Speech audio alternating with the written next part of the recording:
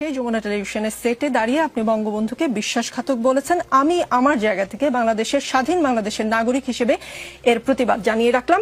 জামাত নেতা ব্যারিস্টার শাহরিয়ার কবির যমুনা টিভিতে গিয়ে বঙ্গবন্ধুকে বিশ্বাসঘাতক বলেছেন। আর এই কথা শুনে যমুনা টিভির অ্যাঙ্কর রোকসানা আঞ্জুমান নিকোল হেব্বি খেপে গেছেন এবং শাহরিয়ার কবিরের সঙ্গে ইচ্ছেমতো ঝগড়া করেছেন। এই নিয়ে সারা বাংলাদেশে নিকোলকে নিয়ে চলছে সমালোচনা আলোচনা।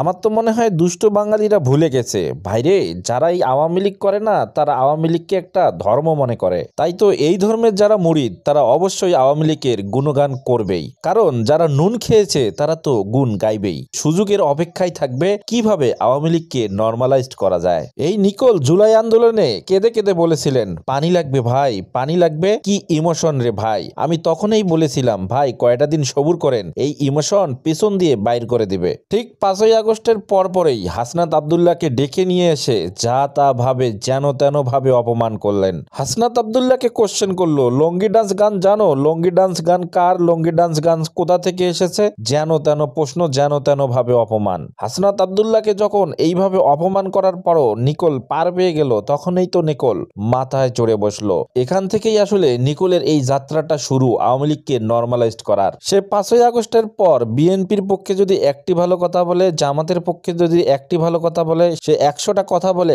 আওয়ামী লীগের পক্ষে। সেটা হয়তো আমরা সবাই বুঝতেছি। ভাইরে আপনারা হয়তো ভাবতেছেন ভাই এত কিছুর পরও যমুনা টিভি কেন নিকোলকে বের করে দিতেছে না। কারণ তো ওই জায়গায় রে ভাই, কারণ তো ওই জায়গায়। নিকোলের মতো চালাক মেয়েরা সবসময় ওই অকাম করে বেড়ায়। যমুনা টিভির একজন ঊর্ধ্বতন কর্মকর্তার সঙ্গে প্রেম বহির্ভূত সম্পর্ক। বুঝতেছেন বিষয়টা? ডালমেকুজ কালাহে। তিনি তলে তলে শুধু আওয়ামী লীগের খাননি, তিনি তলে তলে যমুনা টিভিরও খেয়েছেন। যার ফলে ওই কর্মকর্তার বউ নিকোলকে ঠাস করে চর বসিয়ে দিয়েছিলেন। কিন্তু চর খাওয়ার পরেও ওই নিকোলের হুঁশ হয়নি, কারণ তার কাছে আছে ওই কর্মকর্তার বিশেষ বিশেষ অন্তরঙ্গ দৃশ্য।